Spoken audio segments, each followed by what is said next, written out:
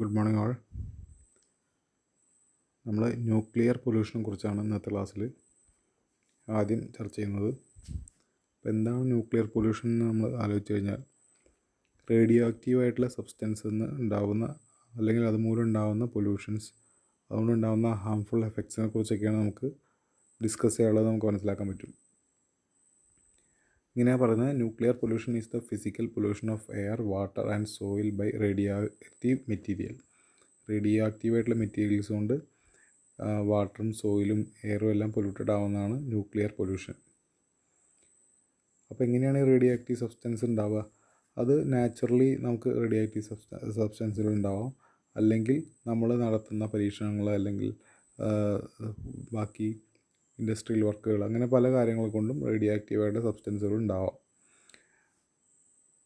അപ്പോൾ ഇതിൻ്റെ ഇങ്ങനെ നമുക്ക് പറയാം, by disintegration of atomic nuclei of elements like radium, uranium, thorium, etc. emits proton, electron and gamma rays. This property is known as radioactive. അതായത് radio active ആയിട്ടുള്ള radium, uranium, thorium പോലുള്ള വേറെയും radio active ആയിട്ടുള്ള elements ഉണ്ട്. അവ എന്ത് ചെയ്യുന്നു? Protons, electrons and gamma റേസിനെല്ലാം എമിറ്റ് ചെയ്യുന്ന ഒരു പ്രതിഭാസത്തിനെയാണ് നമ്മൾ റേഡിയോ ആക്ടിവിറ്റി എന്ന് പറയുക. ഇങ്ങനെയുള്ള മെറ്റീരിയൽസ്, റേഡിയോ ആക്റ്റീവായുള്ള മെറ്റീരിയൽസ് കൊണ്ടുണ്ടാവുന്ന പൊല്യൂഷൻസ് അല്ലെങ്കിൽ ഉണ്ടാവുന്ന എഫക്ട്സാണ് നമ്മൾ ന്യൂക്ലിയർ പൊല്യൂഷനിൽ പറയുന്നത്. നമുക്ക് അതിൽ ആദ്യം ഏതൊക്കെയാണ് സോഴ്സസ് ഓഫ് ന്യൂക്ലിയർ പൊല്യൂട്ടൻ എന്ന് നമുക്ക് നോക്കാം. സോഴ്സസ് ഓഫ് ന്യൂക്ലിയർ പൊല്യൂഷൻ നോക്കിക്കഴിഞ്ഞാൽ, ഒന്ന് നാച്ചുറൽ റിസോഴ്സ് തന്നെയാണ് പറയുന്നത്. നാച്ചുറൽ റേഡിയോ ആക്റ്റീവായിട്ടുള്ള മെറ്റീരിയൽസ് ഉണ്ടാവാം. അതേപോലെ അറ്റ്മോസ്ഫിയറിൽ കോസ്മിക് റേസ് എല്ലാം മൂവ് ചെയ്യുന്നുണ്ടാവും.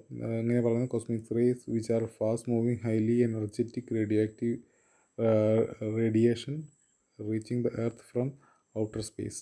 സ്പേസിൽ നിന്ന് ഭൂമിയിലേക്ക് വരുന്ന റേഡിയോ ആക്റ്റീവ് സബ്സ്റ്റൻസുകളെ കുറിച്ച്, കോസ്മിക് റേസിനെ കുറിച്ച് നമുക്കറിയാം. ഓസോൺ പാളി കുറേ റേസിൽ നിന്ന് നമ്മൾ പ്രൊട്ടക്റ്റ് ചെയ്യുന്ന കാര്യമൊക്കെ നമുക്കറിയാം. ഇങ്ങനെ റേഡിയോ ആക്റ്റീവായിട്ടുള്ള റേസ് ഉണ്ടാവും. അതേപോലെ റേഡിയോ ആക്റ്റീവായിട്ടുള്ള മെറ്റീരിയൽസ് അല്ലെങ്കിൽ എലിമെൻറ്റ്സ് ഉണ്ടാവും. അങ്ങനെയുള്ള radioactive rocks, soil and വാട്ടറെല്ലാം ഉണ്ടാവാം. അപ്പോൾ ഇത് എങ്ങനെയും എന്ത് ചെയ്യാം? ന്യൂക്ലിയർ പൊല്യൂഷൻ സംഭവിക്കാം നാച്ചുറൽ സോഴ്സസിൽ നിന്ന്. അടുത്തത് നമ്മൾ നോക്കുകയാണെങ്കിൽ മെയിനായിട്ടുള്ള മാൻമെയ്ഡ് സോഴ്സസ് ആണ്. നമ്മൾ നടത്തുന്ന എന്തെങ്കിലും പ്രവർത്തികൾ കൊണ്ടുണ്ടാവുന്ന രീതിയിലുള്ള ഉണ്ടാകുന്ന പ്രൊഡക്ട്സ്, അതിൽ റേഡിയോ ആക്റ്റീവ് ആകുമ്പോൾ ഈ പറഞ്ഞ പോലെ അതിന് റേഡിയോ ആക്ടിവിറ്റി കാണിക്കുമ്പോൾ ന്യൂട്രോൺ, പ്രോട്ടോൺ, അതേമാതിരി ഗാമ റേസിൻ്റെ എമിഷൻസ് ഉണ്ടാകുമ്പോൾ അത് പൊല്യൂഷൻ കാരണമാവും. എങ്ങനെയൊക്കെ നമ്മൾ പൊല്യൂട്ടൻസിന് ഇതേപോലെ ഉണ്ടാക്കാം? ന്യൂക്ലിയർ വെപ്പൺസിന് വേണ്ടിയുള്ള ടെസ്റ്റിംഗ് നടത്തുമ്പോൾ, ന്യൂക്ലിയർ വെപ്പൺസ് നമുക്കറിയാം അല്ലെ, ആറ്റം ബോംബ് പോലുള്ള കാര്യങ്ങൾ എന്ത് ചെയ്യണം? ന്യൂക്ലിയർ എനർജി വെച്ചിട്ടാണ് വർക്ക് ചെയ്യുന്നത്. പിന്നെ ന്യൂക്ലിയർ പവർ പ്ലാന്റ് വലിയ രീതിയിൽ ലോകത്തെല്ലായിടത്തും എന്ത് ചെയ്യുന്ന വലിയ രീതിയിൽ വൈദ്യുതി ഉൽപ്പാദിപ്പിക്കാൻ വേണ്ടി ഉപയോഗിക്കുന്നതാണ് ന്യൂക്ലിയർ പവർ പ്ലാന്റ്സ്. അതുപോലെ മൈനിങ്, ഈ റേഡിയോ ആക്റ്റീവ് സബ്സ്റ്റൻസിന് വേണ്ടിയുള്ള മൈനിങ്സ് നടത്തുമ്പോൾ അത് റേഡിയോ ആക്റ്റീവ് പൊല്യൂട്ടൻസ് ഉണ്ടാക്കാൻ കാരണമാകുന്നു. പിന്നെ അതേമാതിരി ആറ്റോമിക് റിയാക്ടേഴ്സിലുള്ള കൂളൻസ് പോലുള്ള കാര്യങ്ങൾ, അത് റേഡിയോ ആക്റ്റീവ് പൊല്യൂഷൻ കാരണമാകുന്നു. പിന്നെ ഇതേപോലെ നമ്മൾ എക്സ്പെരിമെൻ്റ് നടത്തുന്ന അല്ലെങ്കിൽ റേഡിയോ ആക്റ്റീവ് റിയാക്ടേഴ്സിൽ ഉണ്ടാകുന്ന ഇങ്ങനെയുള്ള സാധനത്തിൻ്റെയൊക്കെ ഡിസ്പോസൽ അത് എന്തിനു കാരണമാകുന്നു? ഇതേപോലെ റേഡിയോ ആക്റ്റീവായിട്ടുള്ള സബ്സ്റ്റൻസിനെ പുറത്തു വിടുന്നതിനും അല്ലെങ്കിൽ ന്യൂക്ലിയർ പൊല്യൂഷൻ ഉണ്ടാകുന്നതിനും കാരണമാകുന്നു. നമുക്കടുത്തായിട്ട് എഫക്റ്റ് ഓഫ് ന്യൂക്ലിയർ പൊല്യൂഷൻ നോക്കാം. നമ്മൾ പറഞ്ഞു, റേഡിയോ ആക്റ്റീവ് സബ്സ്റ്റൻസുകൾ ഉണ്ടാവുകയാണെങ്കിൽ അവ പുറത്തു വിടുന്ന റേസ് എന്ത് ചെയ്യുന്നുണ്ട്? ഹാംഫുള്ളായിട്ട് എഫക്റ്റ് ചെയ്യുന്നുണ്ട്. വലിയ ഡോസിൽ നമ്മൾ റേഡിയോ ആക്റ്റീവ് സബ്സ്റ്റൻസുകൾ അല്ലെങ്കിൽ റേഡിയോ ആക്റ്റീവായിട്ടുള്ള റേഡിയേഷൻസ് നമുക്ക് കൊള്ളുകയാണെങ്കിൽ, വലിയ അളവിൽ കൊള്ളുകയാണെങ്കിൽ അത് ഉടനെയുള്ള മരണത്തിന് കാരണമാവും. റേഡിയേഷൻസ്, ഹൈ റേഡിയേഷൻസ് മനുഷ്യനെ അല്ലെങ്കിൽ ജീവജാലങ്ങളെ കൊല്ലാൻ പ്രാപ്തമായിട്ടുള്ളതാണ്. എന്നാൽ ലോ റേഡിയേഷൻസാണ് നമുക്ക് കേൾക്കുന്നതെന്നുണ്ടെങ്കിൽ അത് എന്ത് ചെയ്യുന്നുണ്ട്, നമ്മളെ കാര്യമായിട്ട് ബാഡ്ലി എഫക്റ്റ് ചെയ്യുന്നുണ്ട്. അത് നമ്മളെ ഹ്യൂമൻ ബോഡിയിലെ ഫങ്ഷൻസിനെയൊക്കെ താറുമാറാക്കാൻ കാരണമാവും. ഈ റേഡിയോ ആക്റ്റീവ് സബ്സ്റ്റൻസുകൾ നമ്മുടെ സെല്ലുകൾ അല്ലെങ്കിൽ ബോഡി കൂടെ കടന്നു പോകുമ്പോൾ അത് ക്രോമസോംസിനെല്ലാം അഫക്റ്റ് ചെയ്യുന്നുണ്ട്. അത് ജനറ്റിക് ഡിസോർഡേഴ്സിന്, അതായത് ഭാവി നമ്മളുണ്ടാകുന്ന വരും തലമുറയ്ക്ക് വരെ പ്രശ്നങ്ങൾ ഉണ്ടാവാനുള്ള സാധ്യതകൾ കാണുന്നു. അതേപോലെ മ്യൂട്ടേഷൻ സംഭവിച്ചിട്ടുള്ള പുതിയ തലമുറ ജനിക്കും, അല്ലെ കുട്ടികൾ ഉണ്ടാകുന്നത് എന്ത് ചെയ്യുന്നുണ്ട്, പ്രശ്നങ്ങളുള്ള കുട്ടികളായിട്ട് വരാനുള്ള ജനറ്റിക് ഡിസോർഡേഴ്സിന് വരെ ഈ ന്യൂക്ലിയർ പൊല്യൂഷൻ അല്ലെങ്കിൽ ഈ റേഡിയേഷൻസ് കാരണമാകുന്നു. പിന്നെ ട്യൂമർ, ക്യാൻസർ പോലുള്ള കാര്യങ്ങൾ മനുഷ്യരിലും മറ്റ് ജീവികളിലൊക്കെ ഉണ്ടാവാനും ഇത് കാരണമാകുന്നുണ്ട്. അപ്പോൾ ഇതുകൊണ്ടൊക്കെ തന്നെ ഇങ്ങനെ വലിയ ഹാംഫുൾ എഫക്റ്റുകൾ ഉണ്ടാകുന്നതുകൊണ്ട് തന്നെ ഇതിന് കൺട്രോൾ എന്ന് പറയുന്നത് വളരെ ഇമ്പോർട്ടൻ്റ് ആയിട്ടുള്ള കാര്യമാണ്. അപ്പോൾ അതിനു വേണ്ടി എന്തൊക്കെ കാര്യങ്ങളാണ് ചെയ്യേണ്ടതെന്ന് നോക്കാം. ഒന്നാമതായിട്ട് പറയുന്നത് റേഡിയേഷൻ എക്സ്പോഷർ പ്രൊട്ടക്ഷനാണ്. അപ്പോൾ റേഡിയേഷൻ കൊള്ളാതെ നമ്മൾ നോക്കണം, അല്ലെ ഈ റേഡിയോ ആക്റ്റീവായിട്ടുള്ള റേഡിയേഷൻസ്, ഇത് പുറത്തു വിടുന്ന റേഡിയേഷൻസ്, റേഡിയോ ആക്റ്റീവായുള്ള മെറ്റീരിയൽസ് പുറത്തു വിടുന്ന റേഡിയേഷൻസ് നമ്മളെ മേളിൽ തട്ടാതെ നമ്മൾ ശ്രദ്ധിക്കണം. അതിന് വേണ്ടിയിട്ട് 3 പ്രിൻസിപ്പിളാണ് ഈ റേഡിയേഷൻ പ്രൊട്ടക്ഷൻ എന്ന കാര്യത്തിൽ നിന്ന്, എക്സ്പോഷർ പ്രൊട്ടക്ഷൻ കാര്യത്തിൽ പറയാം. ഒന്ന് ഡിസ്റ്റൻസ്. എന്താണ് ഡിസ്റ്റൻസ് കീപ്പ് ചെയ്യുക. റേഡിയോ ആക്റ്റീവായുള്ള മെറ്റീരിയലിൽ നമ്മളെപ്പോഴും ഡിസ്റ്റൻസ് കീപ്പ് ചെയ്യണം. ഇങ്ങനെ പറയുന്നത് the exposure decreases with the source of distance square of distance from source. അതായത് ഇതിൻ്റെ എഫക്റ്റ് എന്ന് പറയുന്നത് നമ്മൾ എത്ര ഡിസ്റ്റൻസ് കീപ്പ് ചെയ്യുന്ന ആ ഡിസ്റ്റൻസിൻ്റെ സ്ക്വയർ റേറ്റിൽ, അല്ലെങ്കിൽ ഇതിൻ്റെ എഫക്റ്റ് എങ്ങനെ കുറയുന്നു, ഇൻവേഴ്സ്ലി പ്രൊപ്പോർഷണൽ ടു സ്ക്വയർ, അല്ലെങ്കിൽ അതിൻ്റെ ഡിക്രീസ്, ഇതുകൊണ്ടുള്ള ബുദ്ധിമുട്ട് എന്ന് പറയുന്നത് directly proportional to square of distance ആണെന്ന് നമുക്ക് പറയാൻ സാധിക്കും.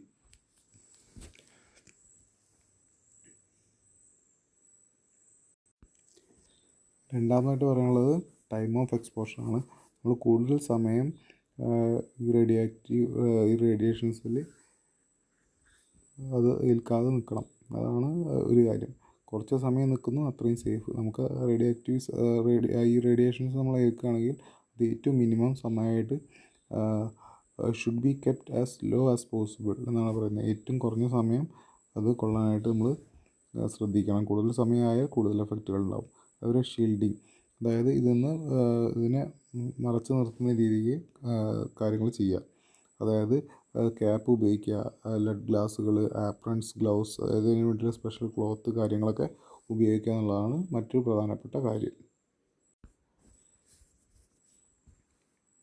അടുത്തത് റേഡിയേഷൻ കണ്ടാമിനേഷൻ പ്രൊട്ടക്ഷനാണ്.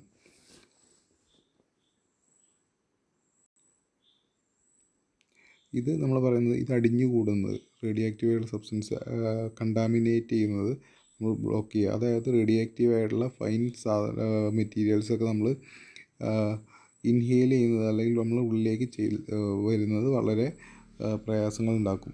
അപ്പോൾ കാര്യമായിട്ട് റേഡിയോ ആക്റ്റീവ് മെറ്റീരിയൽസ് വരിക എന്ന് പറയുന്നത് അത് ഡസ്റ്റ് പാർട്ടിക്കിൾസ് പോലെ അറ്റ്മോസ്ഫിയറിൽ കടന്നിട്ടാണ് കൂടുതലായിട്ട്, നമ്മൾ ഇൻഹെയിൽ ചെയ്തിട്ടാണ് കൂടുതലായിട്ട് ബോഡിയിൽ ഡാമേജ് അല്ലെങ്കിൽ മറ്റ് പ്രശ്നങ്ങളൊക്കെ ഉണ്ടാക്കുക. അപ്പോൾ ഇത് ഇൻഹെയിൽ ചെയ്യാതിരിക്കാൻ ശ്രമിക്കുക എന്നുള്ളതാണ്, അല്ലെങ്കിൽ ഇതിൻ്റെ കണ്ടാമിനേഷൻ നമ്മൾ ഒഴിവാക്കുക എന്നുള്ളതാണ് മറ്റൊരു പ്രധാനപ്പെട്ട കാര്യം. അതിന് നമുക്ക് ലബോറട്ടറി ടൂൾസ് ആയിട്ടുള്ള മാസ്ക് പോലുള്ള കാര്യങ്ങൾ നമുക്ക് ഉപയോഗിക്കാൻ പറ്റും. അതുപോലെ എയർ ഫിൽറ്റേഴ്സ് നമുക്ക് യൂസ് ചെയ്യാം, പ്രൊട്ടക്ഷൻ ക്ലോത്ത്സ് നമുക്ക് യൂസ് ചെയ്യാം. പിന്നെ റേഡിയോ ആക്റ്റീവ് ആയിട്ടുള്ള റേഡിയോ ആക്റ്റീവ് മെറ്റീരിയൽസ് ഉള്ള സ്ഥലങ്ങളിൽ, അല്ലെങ്കിൽ അങ്ങനെയുള്ള മെറ്റീരിയൽസ് യൂസ് ചെയ്തിട്ട് അത്തരം സ്ഥലങ്ങളിൽ റേഡിയോ ആക്റ്റീവ് ആയിട്ടുള്ള മെറ്റീരിയൽസ് ഉപയോഗിക്കുന്ന സ്ഥലങ്ങളിൽ സ്മോക്കിംഗ്, ഈറ്റിംഗ് എന്നുള്ള കാര്യങ്ങളൊക്കെ നമുക്ക് അവോയ്ഡ് ചെയ്യാം. ഇങ്ങനെയൊക്കെ നമുക്ക് കണ്ടാമിനേഷൻ പ്രൊട്ടക്റ്റായിട്ട് നിൽക്കാം. പിന്നെ കൺട്രോൾഡ് ഏരിയാസ്, അതാണ് അടുത്തൊരു മെത്തേഡ്. അതായത് ചില ഏരിയാസ്, അതായത് റേഡിയോ ആക്റ്റീവ് ആയിട്ടുള്ള മെറ്റീരിയൽസുള്ള റേഡിയേഷൻസ് ഉണ്ടാകുന്ന സോണുകൾ നമ്മൾ എന്ത് ചെയ്യുക, അതൊരു കൺട്രോൾഡ് ഏരിയ ആയിട്ട് അവിടേക്കുള്ള എൻട്രി റെസ്ട്രിക്റ്റ് ചെയ്യുക, അങ്ങനെ കാര്യങ്ങളൊക്കെ ചെയ്യാം. അവിടെ അത് റേഡിയേഷൻ സോണാണെന്നുള്ളത് പ്രത്യേകം മാർക്ക് ചെയ്യാൻ ആളുകൾ അത് കാര്യങ്ങൾ ശ്രദ്ധിക്കാനുള്ള സൈൻ ബോർഡ് കാര്യങ്ങളൊക്കെ കൊടുക്കുക എന്നുള്ളതാണ് മറ്റൊരു മെത്തേഡ്.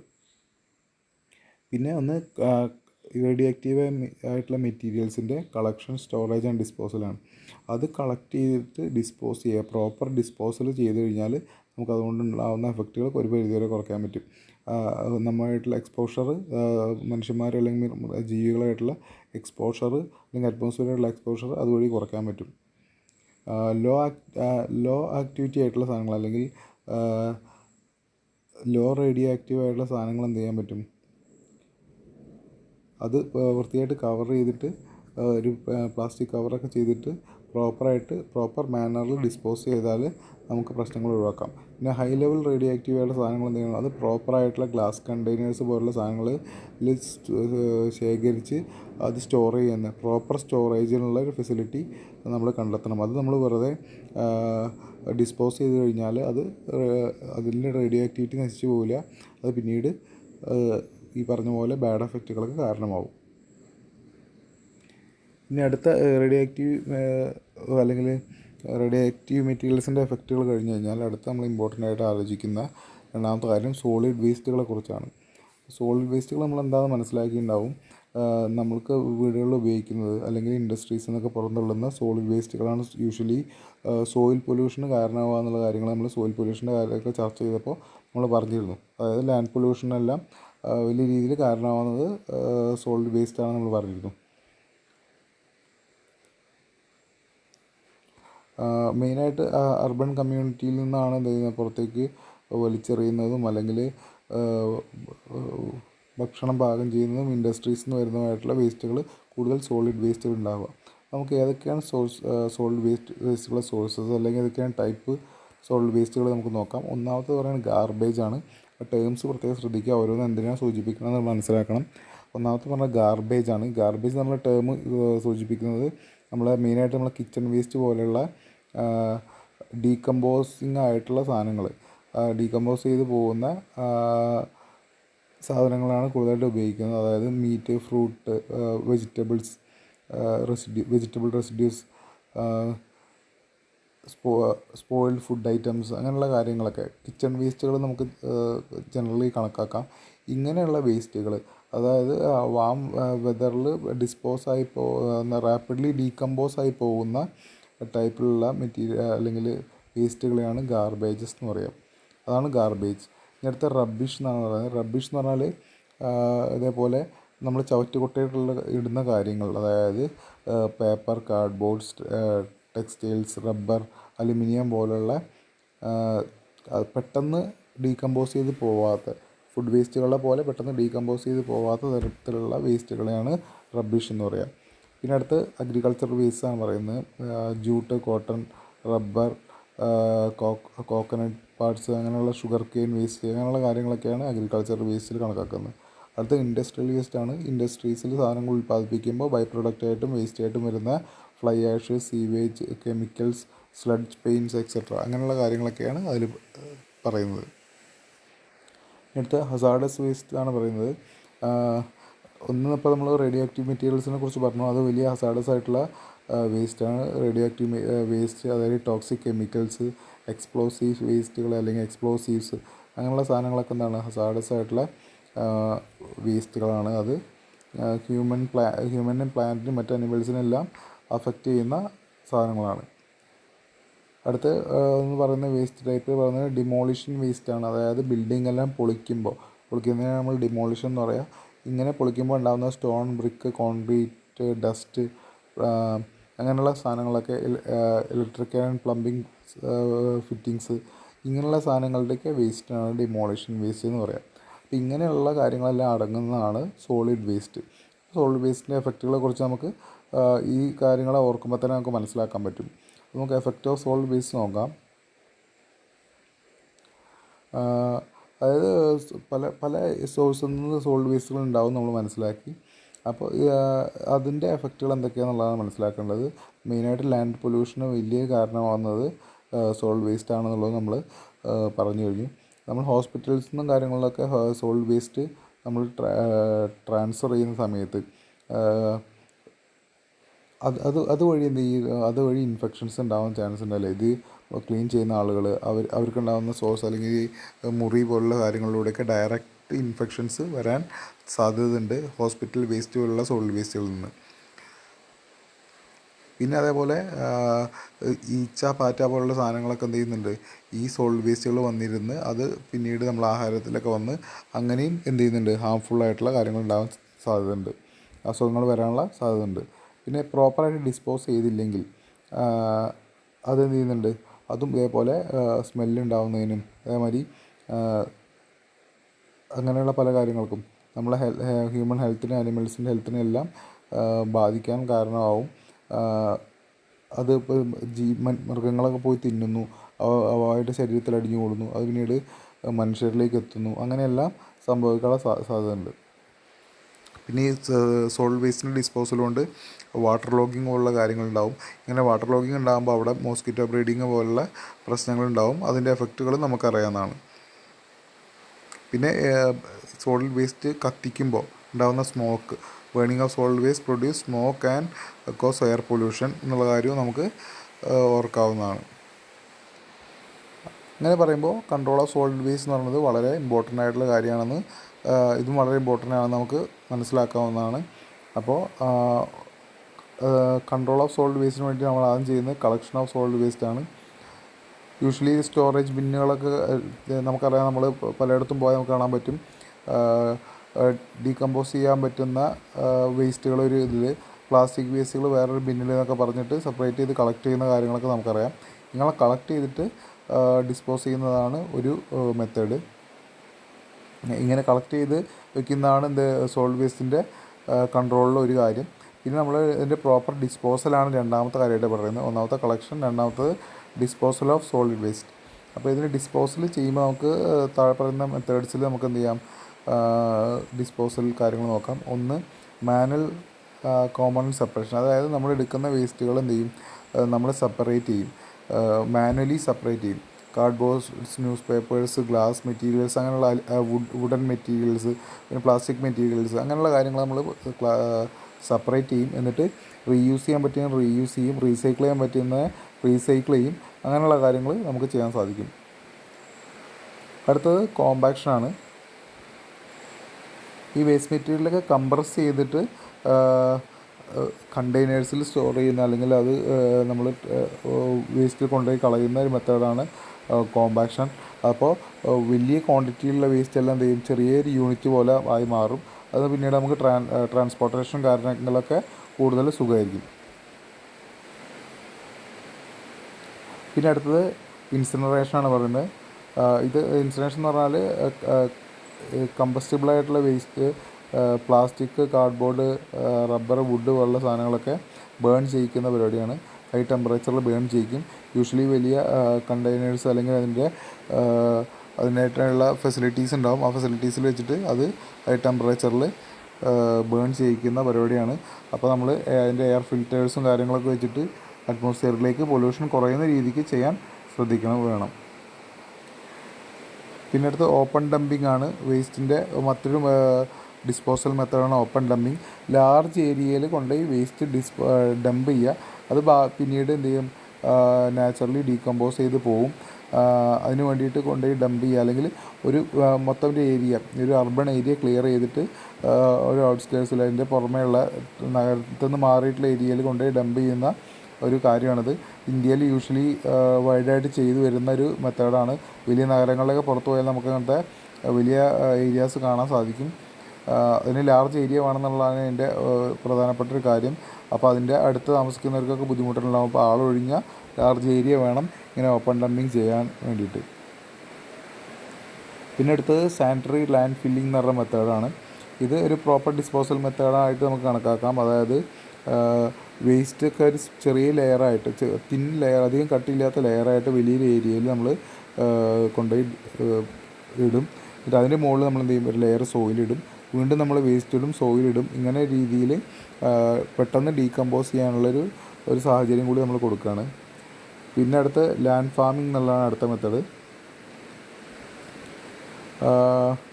ഇതെന്ന് പറയുന്നത് ഓർഗാനിക് വേസ്റ്റുകൾ എന്ത് ചെയ്യും, നമ്മൾ സോയിലിൻ്റെ മുകളിൽ ഇടുക, അല്ലെങ്കിൽ സോയിലിൻ്റെ അകത്തേക്ക് ഇഞ്ചെക്റ്റ് ചെയ്യുന്ന രീതിക്ക് നമ്മൾ വയ്ക്കുക. എന്തെങ്കിലും എക്യുപ്മെൻറ്റ്സ് യൂസ് ചെയ്തിട്ട് നമ്മൾ മണ്ണിൻ്റെ അടിയിലേക്ക് ഈ വേസ്റ്റുകൾ ഇഞ്ചെക്റ്റ് ചെയ്യുന്ന രീതിക്ക് നമ്മൾ കൊടുക്കുക.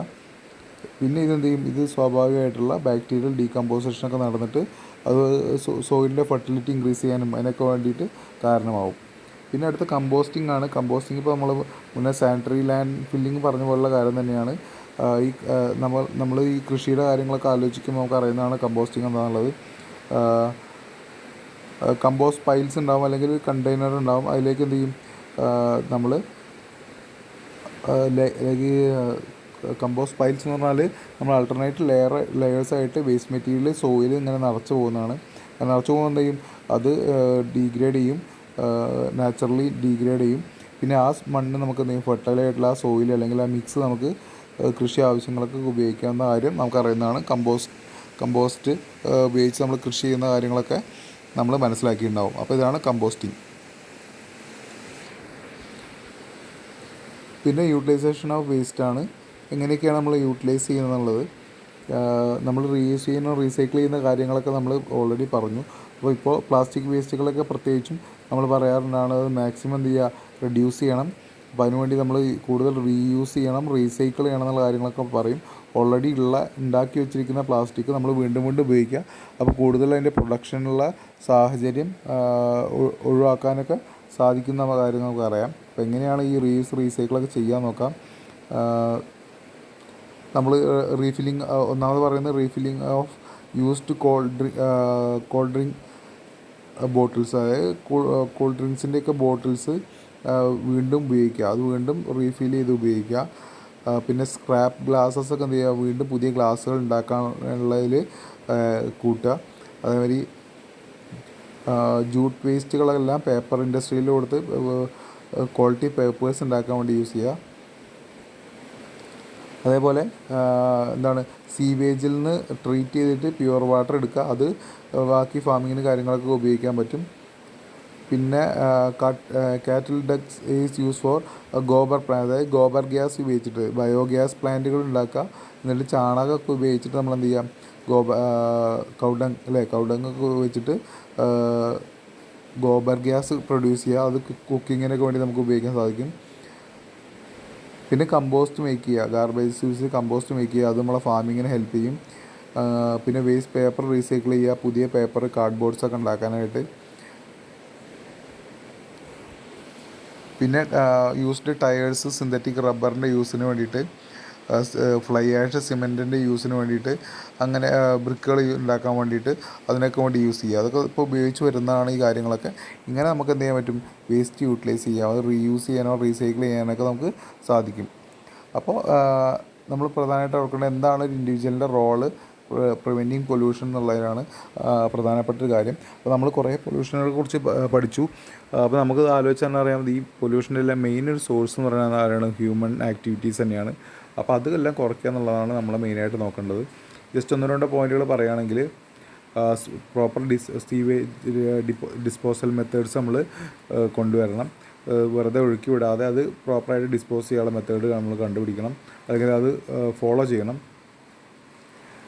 പിന്നെ ചിമ്മിനി, പുക പുറത്തു വിടുന്ന ചിമ്മിനീസിൻ്റെ എല്ലാം പ്രോപ്പർ ട്രീറ്റ്മെൻറ്റ് ചെയ്യണം. പിന്നെ ഗോബർ ഗ്യാസ് പ്ലാന്റുകൾ ഉപയോഗിച്ചിട്ട് നമ്മളെ, അല്ലെങ്കിൽ ബയോഗ്യാസ് പ്ലാന്റുകളൊക്കെ ഉപയോഗിച്ചിട്ട് നമുക്ക് എന്ത് ചെയ്യാം, ബയോഡിഗ്രേഡബിൾ ആയുള്ള വേസ്റ്റ് ഉപയോഗിച്ചിട്ട് ഗ്യാസ് പ്രൊഡക്ഷനൊക്കെ ഉണ്ടാക്കാൻ പറ്റും. പിന്നെ ലോ ലെവൽ ഫോസ്ഫേറ്റ് കണ്ടൻറ്റുള്ള ഡിറ്റർജൻസ് യൂസ് ചെയ്യുക, വാട്ടർ പൊല്യൂഷനൊക്കെ കുറയ്ക്കാനായിട്ട്. പിന്നെ dumping of biodegradable, low lying ഏരിയസിൽ എന്ത് ചെയ്യുക, ബയോഡിഗ്രേഡബിൾ ആയിട്ടുള്ള വേസ്റ്റ് മാത്രം ഡിസ്പോസ് ചെയ്യുക, അങ്ങനത്തെ കാര്യങ്ങൾ ശ്രദ്ധിക്കുക. പിന്നെ ഫെർട്ടിലൈസേഴ്സും പെസ്റ്റിസൈഡ്സൊക്കെ യൂസ് ചെയ്യുന്നതിൽ നമ്മൾ കൺട്രോൾ ചെയ്യുക. ഓവറായിട്ട് പെസ്റ്റിസൈഡ്സ് യൂസ് ചെയ്ത് അറ്റ്മോസ്ഫിയറിനെ നശിപ്പിക്കാതിരിക്കുക. അങ്ങനെയുള്ള കാര്യങ്ങൾ, അനവധി കാര്യങ്ങളല്ലേ. പിന്നെ നമുക്ക് പ്ലാസ്റ്റിക് പോലുള്ള സാധനങ്ങൾ നമ്മളിപ്പോൾ പറഞ്ഞ പോലെ റീസൈക്കിൾ റീയൂസ് എല്ലാം ചെയ്യുക, അത് ചുമ്മാ ഡംപ് ചെയ്യാതിരിക്കുക. അങ്ങനെ കുറേ കാര്യങ്ങൾ നമുക്ക് അതിൻ്റെ കാര്യത്തിൽ ആലോചിക്കാൻ പറ്റും. വളരെ കുറച്ച് കാര്യങ്ങൾ മാത്രമേ നമ്മൾ നോട്ട് ചെയ്തെന്നുള്ളൂ. കുറേ കാര്യങ്ങൾ നമുക്ക് ആലോചിക്കാൻ പറ്റും. എന്താണ് നമ്മളെന്ത് ചെയ്യണം, അതാണ് നമ്മുടെ റോൾ അല്ലേ. നമ്മൾ പൊല്യൂഷൻ കുറയ്ക്കാനായിട്ട് ഇപ്പോൾ നമ്മൾ പറഞ്ഞ ഡിഫറെൻറ്റ് ടൈപ്പ് ഓഫ് പൊല്യൂഷൻസ് നമ്മൾ പറഞ്ഞു, അത് കുറയ്ക്കാനായിട്ട് നമുക്ക് എന്ത് ചെയ്യാൻ കഴിയുന്നുള്ള കാര്യമാണ് നമ്മളിവിടെ പോയിൻ്റ് ഔട്ട് ചെയ്യേണ്ടത്. അത് നിങ്ങൾക്ക് കഴിയാവുന്ന പോയിൻറ്റുകളെല്ലാം നിങ്ങൾ പോയിൻ്റ് ഔട്ട് ചെയ്യുക. നമ്മളിപ്പോൾ ഈ പറഞ്ഞതിന് പുറമേ ഉള്ള കാര്യങ്ങളും കൂടി ആഡ് ചെയ്ത് എഴുതുക. ഓക്കെ, അപ്പോൾ ഇത്രയാണ് നമ്മൾ മെയിനായിട്ട് ഈ മൊഡ്യൂളിൽ പൊല്യൂഷനെ കുറിച്ചുള്ള കാര്യങ്ങൾ മനസ്സിലാക്കുന്നത്. ഓക്കെ, അതോടെ നമ്മളെ തേർഡ് മൊഡ്യൂൾ നമുക്ക് അവസാനിപ്പിക്കാം. ഏകദേശം കംപ്ലീറ്റ് ആയെന്ന് വിചാരിക്കുന്നു. Thank you.